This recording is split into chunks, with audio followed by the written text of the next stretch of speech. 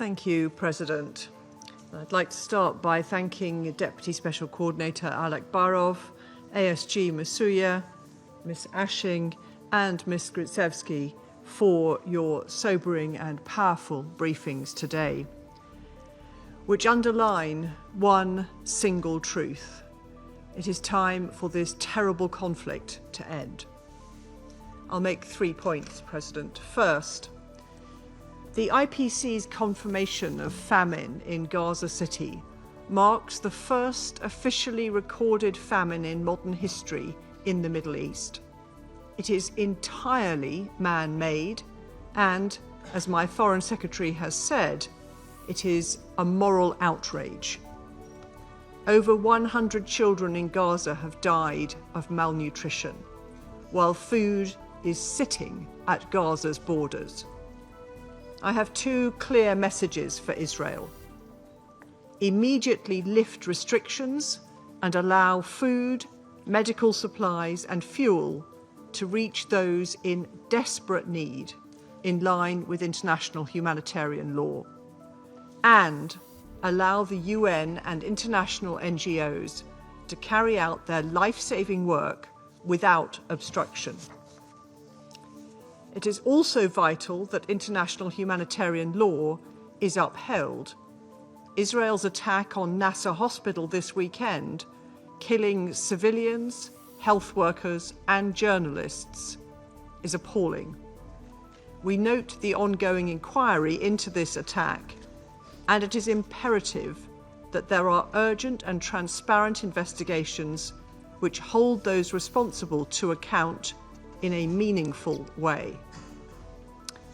Second, Ms. Gritsevsky provided a truly harrowing account today of the cruelty she experienced at the hands of Hamas terrorists. The United Kingdom unequivocally condemns conflict-related sexual violence wherever it occurs, and we continue to call for justice for survivors of these abhorrent crimes. Her briefing also reminded us of the agony of the hostages still held in Gaza, including her partner, Matan Zangawa. The United Kingdom has been clear that Hamas must immediately release all the hostages taken on the 7th of October and lay down their weapons. And I recall that the Security Council has called for the unconditional and immediate release of the hostages in all 4 of our resolutions since the 7th of October. But I reiterate again today that Hamas must be held accountable for their despicable actions and can have no future in the governance of Gaza. A ceasefire remains the best way to secure the release of all the remaining hostages. The Israeli government's plan to expand military operations in Gaza will only put them in further danger. We condemn this decision and urge Israel to change course. Third, Israel's decision to approve plans for settlement construction in the E1 area in the West Bank, if implemented, would be a flagrant breach of international law, and it will take us further away from peace. Israel must retract these plans.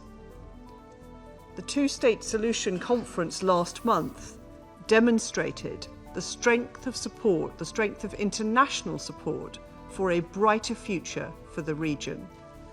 The United Kingdom opposes any actions which undermine the viability of the two-state solution and the long-term goal of Israelis and Palestinians living side by side in peace and security.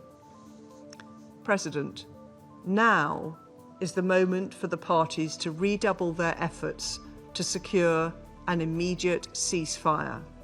This is the path to end the suffering in Gaza, secure the release of the hostages, and deliver a framework for lasting peace in the region. I thank you.